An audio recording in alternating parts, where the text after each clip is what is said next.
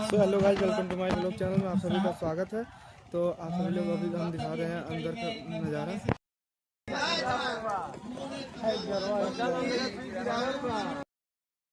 वह अगर पत्नी है तो पति के नियंत्रण में रहे, अगर बेटी है तो बाप के नियंत्रण में रहे, यानी जिंदगी भर किसी नियंत्रण में ही रहे। उसको जो है इन चीजों का विरोध करने का कोई अधिकार नहीं होगा। तो पुनः आप उसी स्थिति में पहुंच जाएंगे। और शिक्षा कौन लेगा? कल्पना आप कर लीजिए, प्राथमिक विद्यालयों में जो भी 10, 5, 20 रुपया, 50 रुपया जो भी लगता हो, मैं इंटर कॉलेज में लेक्चरर हूँ, मैं जानता हूँ कि 325 रुपया साल भर में फीस लगती है। तो कोई लड़का जिसका कोई अपना सपना नहीं है वो भी नाम लिखा लेता है। बहुत से ऐसे लड़के मैं हकीकत को जानता हूँ, एडमिशन लेने के बाद दिल्ली, बम्बई, लुधियाना जाते हैं कमाने और फिर आते हैं परीक्षा देने के लिए। तो उनका भी वह सपना धराशायी हो जाएगा और कभी जो है उनको शिक्षा नहीं मिल सकेगी। इस नाते साथियों, समय का अभाव है, मैं बहुत नहीं कुछ कहना चाहता हूँ, लेकिन आप सभी लोगों से एक अपील करना चाहता हूँ कि मेरे नौजवान साथियों, ये कांवर ढोने का चक्कर छोड़ दो। अम्बेडकर ने भी कहा था कि तुम्हारे गले में पड़ी हुई तुलसी की माला तुम्हारा उद्धार नहीं कर सकती है। अगर तुम्हारा कोई उद्धार कर सकता है तो शिक्षा व्यवस्था कर सकती है।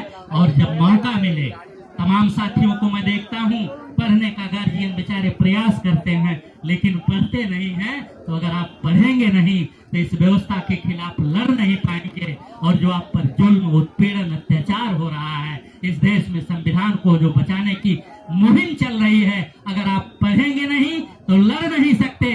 और अगर बिना पढ़े लड़ाई में जाओगे तो आप मारे जाओगे। दुनिया में आपको कोई नहीं बचा सकता है,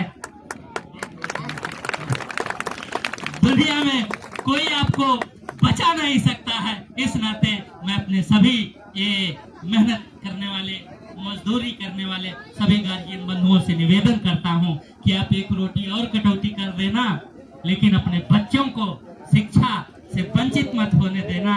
और नौजवान साथियों, अगर तुम चाहते हो कि तुम्हारी जिंदगी की तस्वीर बदले, तुम्हारी जिंदगी खूबसूरत बने, तो तुम्हें ये मोबाइल को थोड़ा कम इस्तेमाल करो, अपनी हकीकत को जानो।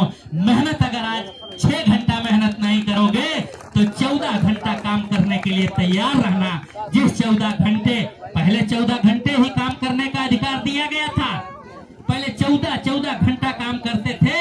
लेकिन मजदूरों की सभा में डॉक्टर भीमराव अंबेडकर ने जो प्रश्न उठाया और उस संविधान में व्यवस्था हुई, उसके बाद जो है इस देश में अब मजदूरों को भी 8 घंटे श्रम करने का अधिकार मिला।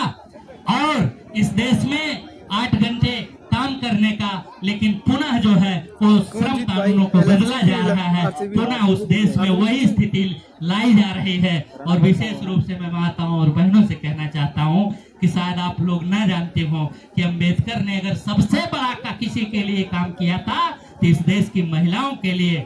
आप जानती हैं कि इस देश के वो कानून मंत्री थे, पहले कानून मंत्री बनाए गए, लेकिन उन्होंने कहा कि हमारी बहनें जो हैं, जब मतलब कि कितना भी पति पीटता रहे, तलाक नहीं दे सकती।